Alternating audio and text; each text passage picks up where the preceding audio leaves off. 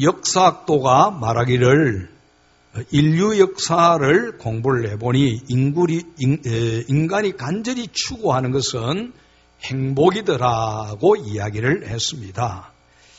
사람들이 공부하고 돈 벌고 권력을 탐하고 명예를 쫓는 이유와 목적이 행복을 얻기 위해서라는 것입니다.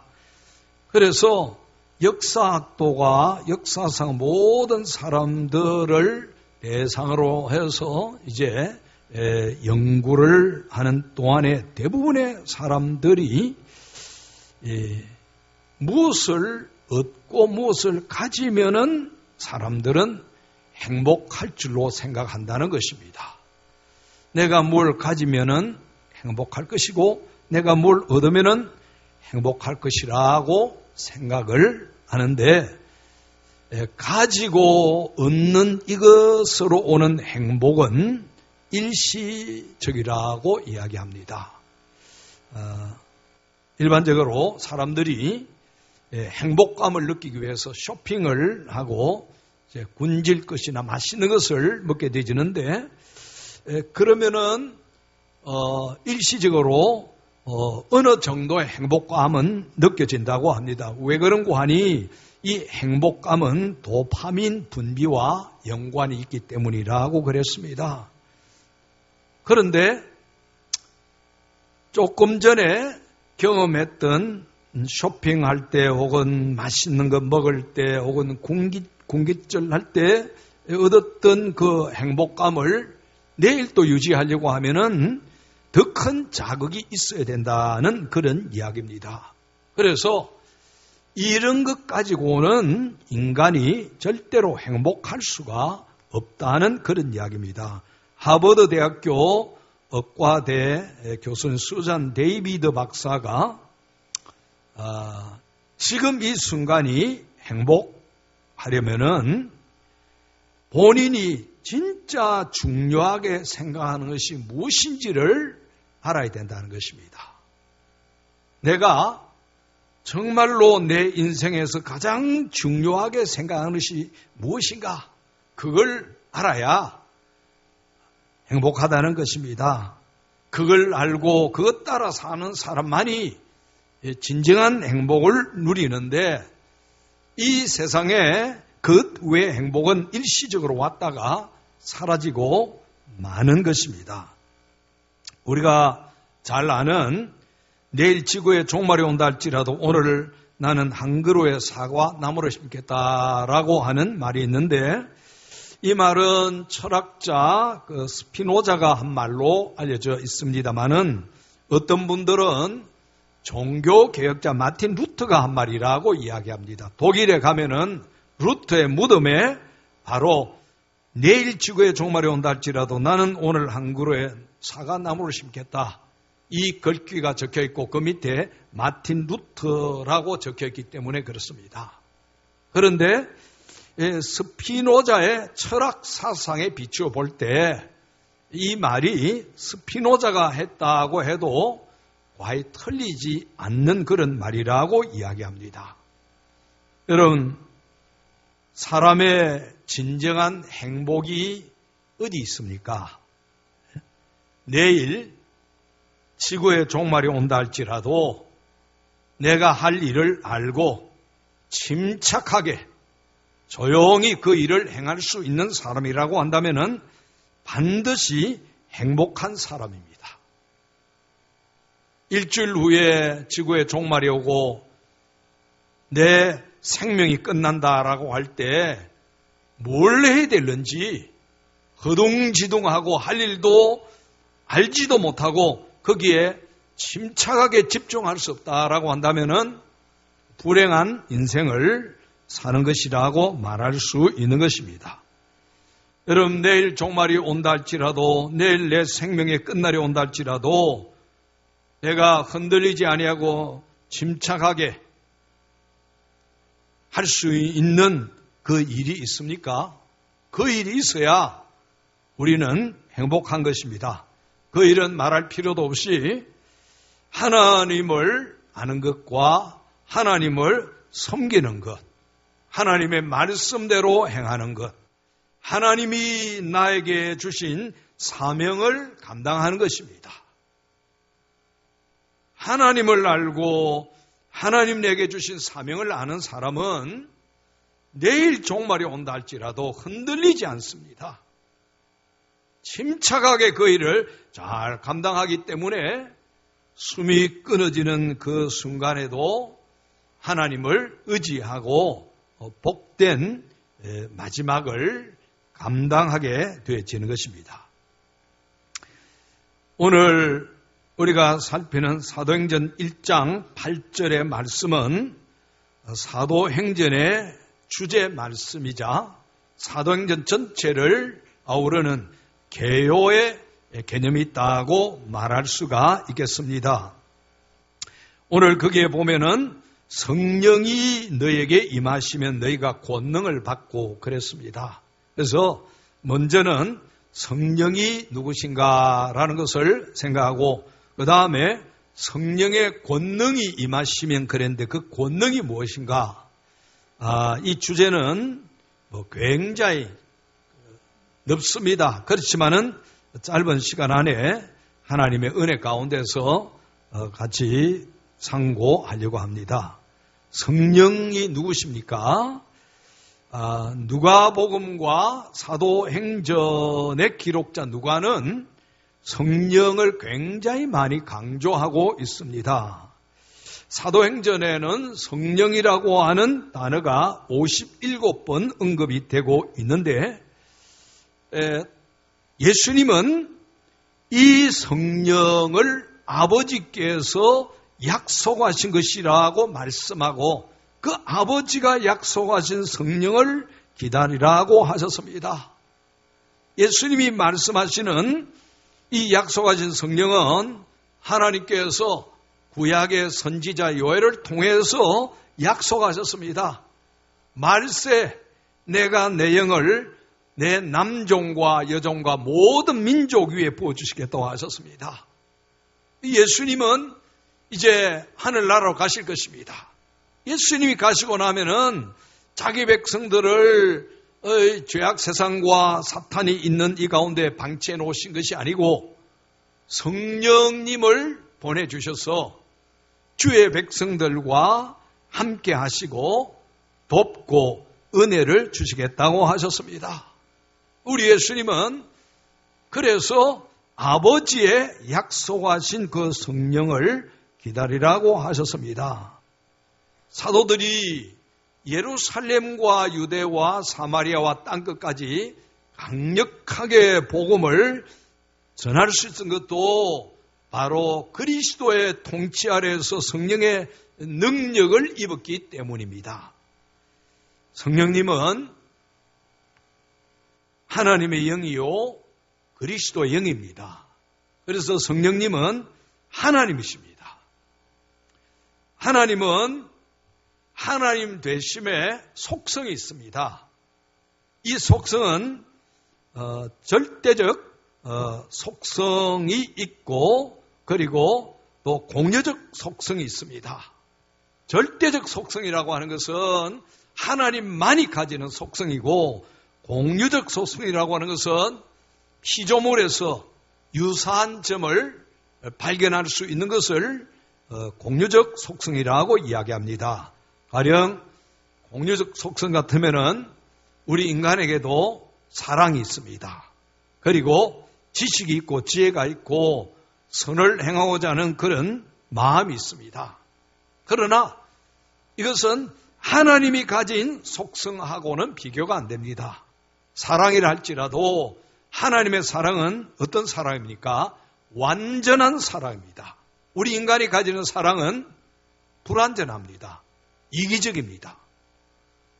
그런데 이 절대적 속성은 인간에게서 혹은 피조물에게서 그 유사점을 전혀 찾을 수 없는 것을 말합니다. 그것을 절대적 속성이라고 하는데 간단하게 몇 가지만 말씀드리면은 첫째 하나님의 자존성을 말할 수가 있습니다. 이것은 스스로 계시는 분이라고 하는 그런 말씀입니다. 모든 피조물은 스스로 존재할 수가 없습니다. 하나님의 그 도움과 하나님의 은혜 속에 존재하지만은 하나님은 피조물에게 의존하지 않습니다. 피조물에 의해서 존재하는 분이 아닙니다. 그래서 하나님은 필연적으로 자존하시는 분이라고 그렇게 이야기합니다. 하나님이 모세를 부르셔서 사명을 맡기실 때 모세가 하나님 앞에 물었습니다. 하나님, 내가 가서 순종하기는 순종하겠습니다마는 그 사람들이 너 보낸 하나님이 누구냐, 너 보낸 분이 누구냐고 묻는다면은 제가 뭐라고 대답을 할까요? 모세가 물었을 때 하나님이 뭐라고 하셨습니까? 나는 스스로 있는 자라 그랬습니다. 스스로 계시는 분. 모든 피조물은 그 말 속에 다 표현되어 있습니다만은 스스로 존재할 수 없기 때문에 피조물이라고 이야기합니다. 그러나 하나님은 자존하시는 하나님입니다. 누구의 도움이나 누구의 필요나 누구 의지에서 존재하시는 분이 아니고 스스로 필요하다고 생각하셔서 계시는 분이, 그래서 필연적으로 존재하시는 분이시다는 이야기입니다. 그 다음에 전능성이 있습니다. 하나님은 전능하신 하나님입니다. 예레미야 31장에 보면은 여호와여 주께서 큰 능력과 펴신 팔로 천지를 지으셨사오니 주에게는 할 수 없는 일이 없으십니다고 고백을 했습니다. 하나님은 큰 능력과 펴신 팔로 천지 만물을 창조하셨다고 그랬습니다. 여기에 펴신 팔이라고 하는 것은 하나님의 능력을 의미하는 것입니다. 앞에도 큰 능력, 뒤에는 큰 팔로 그랬는데 능력이니까 하나님의 능력을 강조하는 그런 말씀입니다. 하나님은 그 크신 능력으로 역사하시는 분이십니다. 그 다음에 하나님은 전지하신 하나님이십니다. 이것을 전지성이라고 이야기합니다. 우리 인간도 지식이 있습니다. 우리 인간도 어느 정도 알 수 있는 그런 능력이 있습니다. 그러나 하나님은 전지하신 분이십니다. 시편 133편에 보면은 여호와께서 하늘에서 굽어보사 모든 인생을 살피시며 곧 그가 가시는 곳에서 세상의 모든 거민을 굽어 살피시는 도다. 그는 그들의 모두의 마음을 지으시며 그들이 하는 일을 굽어 살피시는 이로다. 할렐루야. 하나님은 모든 피조물을 굽어 살피시는 그런 하나님이신데 인간의 마음까지도 헤아리시는 분이라는 그런 말씀입니다. 하나님은 우리의 마음의 숨은 뜻과 생각까지도 아시는, 모든 것을 아시는 전능하신 하나님이십니다. 그 다음에 하나님의 편재성이 있습니다. 하나님의 편재성이라고 하는 것은 편만하게 임재해 계신다라고 하는 그런 말씀입니다. 온 우주에 안 계시는 곳이 없다는 그런 말씀입니다. 예레미야 23장에 보면은 여호와의 말씀이니라 나는 가까운 데 있는 하나님이요 먼 데 있는 하나님은 아니냐. 여호와의 말씀이니라 사람이 내게 보이지 아니하리고 누가 자신을 은밀한 곳에 숨길 수 있겠느냐. 여호와가 말하노라 나는 천지에 충만하지 아니하냐. 우리는 가까운 데 사람밖에 볼 수가 없습니다. 가까운 데 있는 것밖에 볼 수가 없습니다. 그러나 하나님은 우주 끝도 아시고 우주 끝에 계시면서도 바로 여기에도 계시면서 우리를 아시는 그런 하나님이십니다. 하나님은 지금 여기에도 계시고 우주 끝에도 계시고 만물 중에 충만하게 계시는 그런 하나님이십니다. 그래서 나는 천지에 충만하지 아니하냐고 하셨습니다. 그래서 시편 기자는 시편 139편에서 내가 주의 영을 떠나 어디로 가며 주의 앞에서 어디로 피하리까? 내가 하늘에 올라갈지라도 거기 계시며 서울에 내 자리를 펼지라도 거기 계시니이다. 내가 새벽 날개를 치며 바다 끝에 가서 거주할지라도 거기서도 주의 손이 나를 인도하시며 주의 오른손이 나를 붙드시나이다. 할렐루야. 하나님은 우주 끝에도 계시지만은 이 바다 가장 밑바닥까지도 주관하시고 아시고 존재하시는 그런 하나님이시다 하는 말씀입니다. 요나가 하나님의 명령을 피해서 도망가다가 물고기 뱃속에 들어가게 되었는데 거기도 계신 하나님을 요나가 경험하고 회개했던 것을 우리가 볼 수가 있습니다. 여러분, 우리는 하나님의 손길에서 피할 곳이 없습니다. 우리의 모든 마음을 하나님 앞에 내어드릴 때 하나님이 기뻐하시고 그 전능하신 하나님, 영원하신 그 하나님 앞에 우리의 존재와 인생을 맡길 때 하나님은 우리 인생을 아름답게 만드시는 그런 하나님이십니다.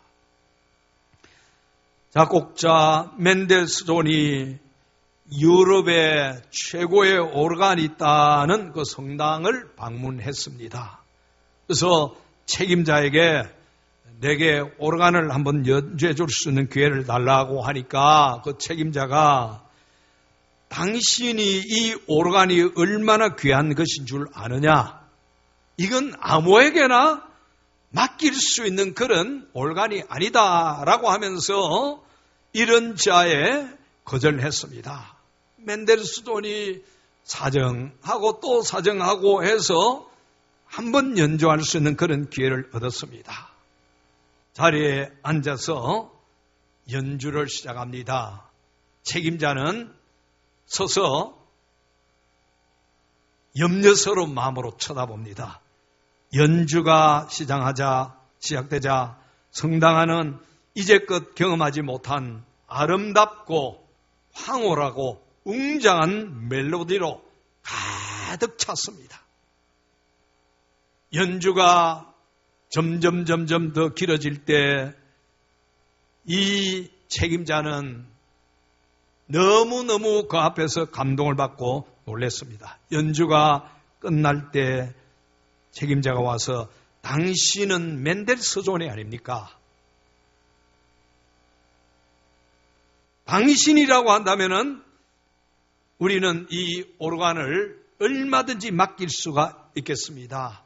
내가 어리석었습니다. 용서해 주십시오. 그렇게 용서를 구했다는 것입니다.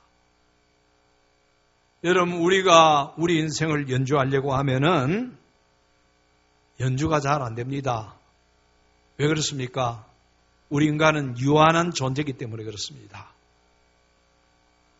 우리 인생을 하나님 손에 맡겨드리면은 전능하시고 영원하신 그 하나님이 우리 인생을 가장 아름답게 연주해 주실 것입니다.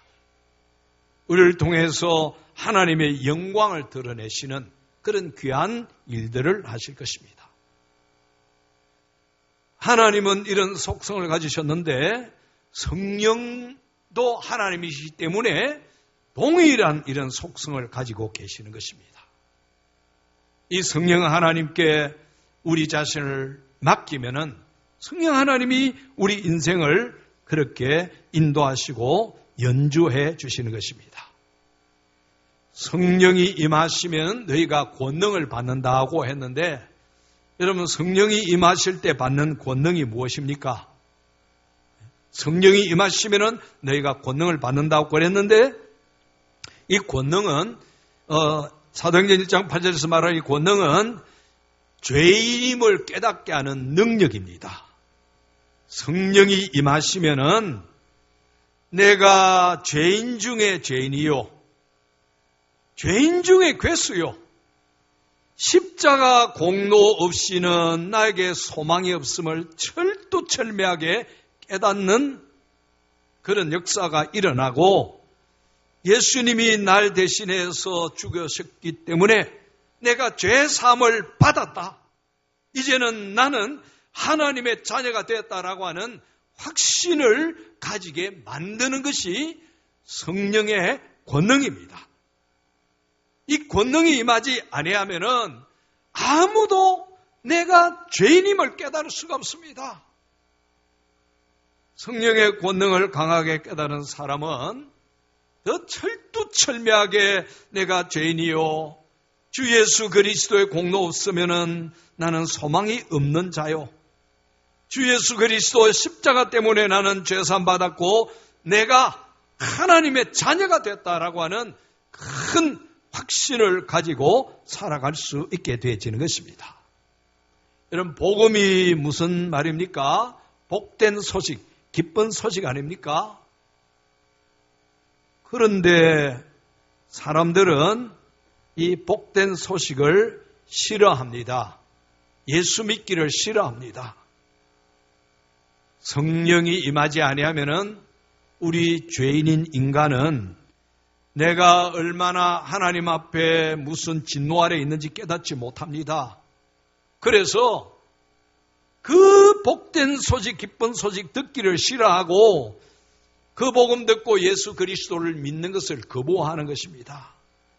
여러분, 이것은 세상의 교육이나 어떤 방법으로 절대로 이루어질 수가 없습니다. 성령이 임하시고 권능이 임해야 죄인임을 깨닫고 그때부터는 내가 하나님의 자녀요, 죄악의 무슨 결과가 지옥 형벌이라는 것을 무섭게 알게 되지는 것입니다.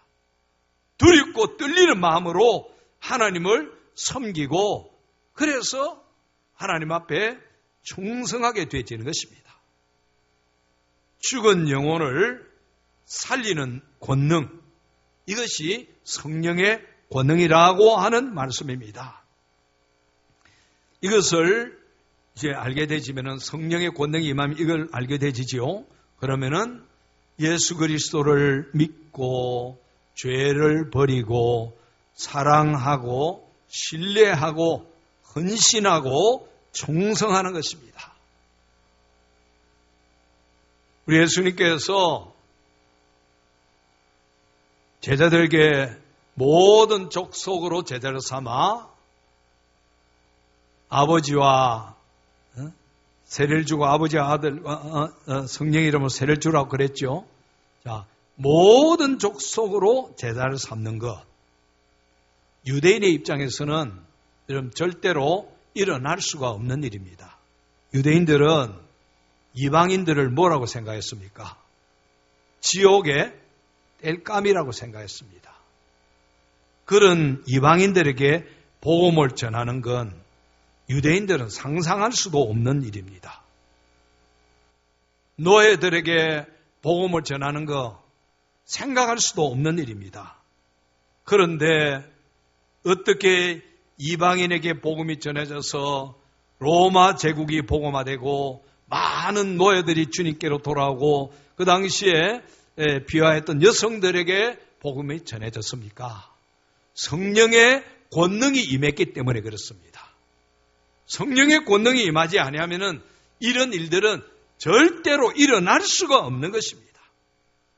초대교회는 날마다 모이기를 힘썼다 그랬죠. 성전에서 모이고 집에서도 모이고 음식을 같이 나누고 혈육의 형제보다도 더 사랑하고 어려운 사람을 돕고 믿음을 지키기 위해서 맹수의 밥이 되기도 했습니다. 여러분, 그것이 인간적으로 가능하겠습니까? 절대로 그럴 수 없습니다.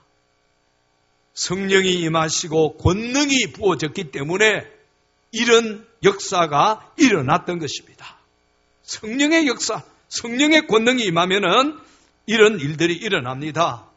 그래서 그 가운데 병자가 고침을 받고 기적의 역사가 일어나고 수많은 사람이 주께로 돌아오는 이런 역사가 있었다는 이야기입니다. 성령의 권능이 임하면은 모이기를 힘쓰고 사랑하고 헌신하고 충성합니다. 어려운 일이 있어도 감사하고 기뻐하고 하나님을 사랑하는 마음 가지고 주신 사명을 감당하게 되어지는 것입니다. 여러분, 우리 속에 원망과 불평이 일어나면은 나를 잘 점검해 보는 그런 기회가 되기를 바랍니다. 성령의 권능이 임하면은 감사가 있습니다. 나 같은 죄인을 하나님 자녀 삼아 주셨구나. 이 귀한 사명 주셨구나.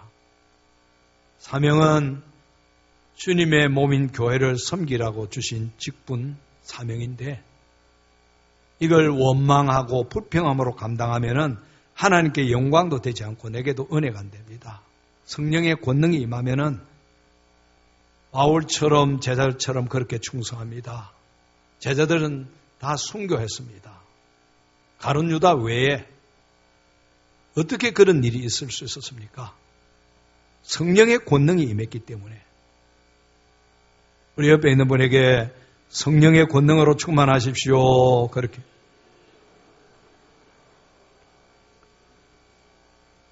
미국 예일 대학교는 다람쥐들이 많이 있는데 그 근처에 온 사람들이 다람쥐에게 자꾸 먹을 걸, 과자 부스러기라든지 이런 걸 자꾸 던져줍니다. 그래서 이제 상당히 다람쥐 수가 많아졌는데 여기에 너무 많다가 보니까 좀 줄이도록 그렇게 했고, 그리고 특별히 겨울을 지나고 나니까 다람쥐들이 다 죽었다고 합니다. 왜 그런고 하니 사람들이 던져주는 것만 받아 먹고 살다가 겨울 준비를 안 할 뿐 아니라 이 야성을 잃어버린 겁니다. 먹이를 내가 찾고 내가 먹고 저장하고 겨울을 월동할 준비를 해야 되는데 사람들이 자꾸 던져주니까 그 달콤한 것 받아 먹다가 야성 잃어버리고 겨울철 만나고 먹이가 줄어드니까 죽게 되어진 것입니다. 여러분, 때로 하나님이 정말로 우리를 사랑하시면 왜 우리에게 이런 어려움을 주시는가 그런 생각을 할 때도 있습니다.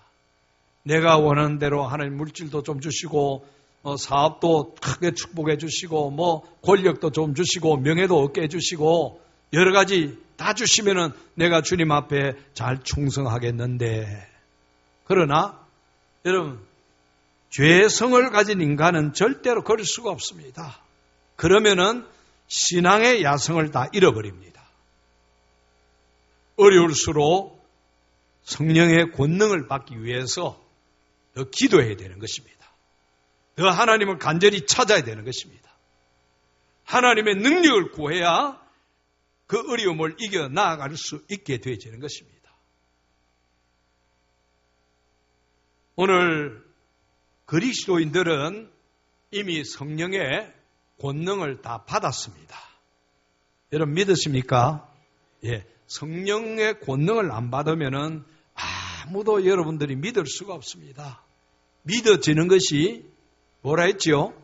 은혜라 그랬죠. 믿어지는 것이 은혜다. 성령의 권능이 임해서 내가 믿어지는 것입니다. 내가 죄인이기 때문에 예수님 안 믿으면은 나는 지옥 형벌밖에 없다. 그게 믿어지는 것입니다. 하나님이 믿어지고 예수 그리스도가 믿어지고 성령이 믿어지고 천국 지옥이 믿어지는 것입니다. 성령의 권능이 임하지 않으면은 절대로 믿어질 수가 없습니다. 이제 우리는 이런 권능을 받았기 때문에 하나님 앞에서 믿음으로 헌신하시기를 주의 이름으로 축원합니다. 주신 사명 잘 감당하시기를 바랍니다. 하나님을 잘 알고 하나님을 잘 섬기고 내 사명이 뭔지를 깨닫고 사는 것이 행복이라 그랬죠. 예수 믿는 사람은 하나님이 누구신가 알고 하나님을 믿는 사람들입니다. 그리고 우리는 다 사명받았습니다. 우리 직분 받은 분들 그냥 그걸 교회 오니까 계급장으로 준 게 아닙니다. 주님의 몸된 교회를 섬기라고 준 것입니다. 이 교회를 섬길 때 이미 성령의 권능이 임했으므로 믿음으로 감당하시기를 바랍니다. 믿음으로. 믿음으로. 옆에 있는 분에게 한 번 더 그렇게 하십시다. 믿음으로 사명 감당하겠습니다.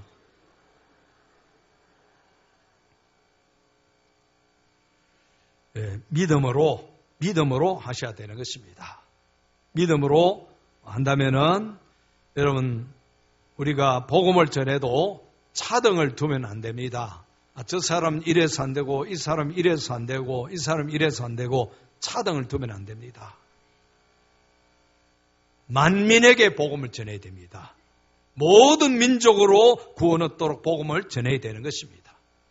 내 생각 가지고 하는 것은 성령의 권능이 아닙니다.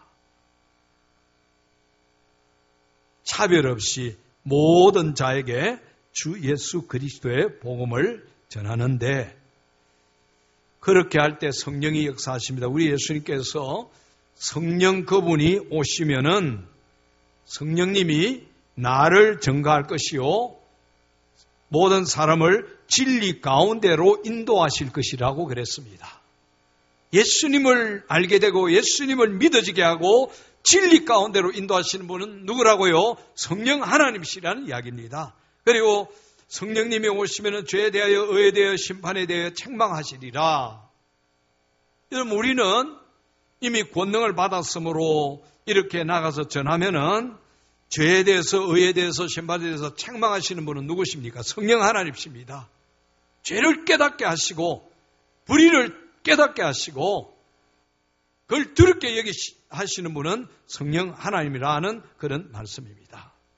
그러므로 오늘 말씀을 받는 중에 이미 내게 성령의 권능이 임했음을 감사하시기를 바랍니다. 그 성령의 권능이 임했으므로 내가 믿어지게 되어졌습니다. 그리고 성령의 권능을 받았으면은 믿음으로 사명 감당하시기를 바랍니다. 내 힘으로 내 의지로 하려고 하지 말고 권능이 주어졌으므로 우리는 나가서 순종하면은 성령 하나님이 역사하시는 것입니다. 그러면서 내 인생을 하나님 손에 다 맡기는 겁니다. 내일이 종말 온다 할지라도 나는 그 하나님 안에서 즐거워하며 주님 주신 그 사명 감당한다면은 그 사람이 진정으로 행복자입니다. 우리 모두가 그렇게 되기를 주의 이름으로 축원합니다.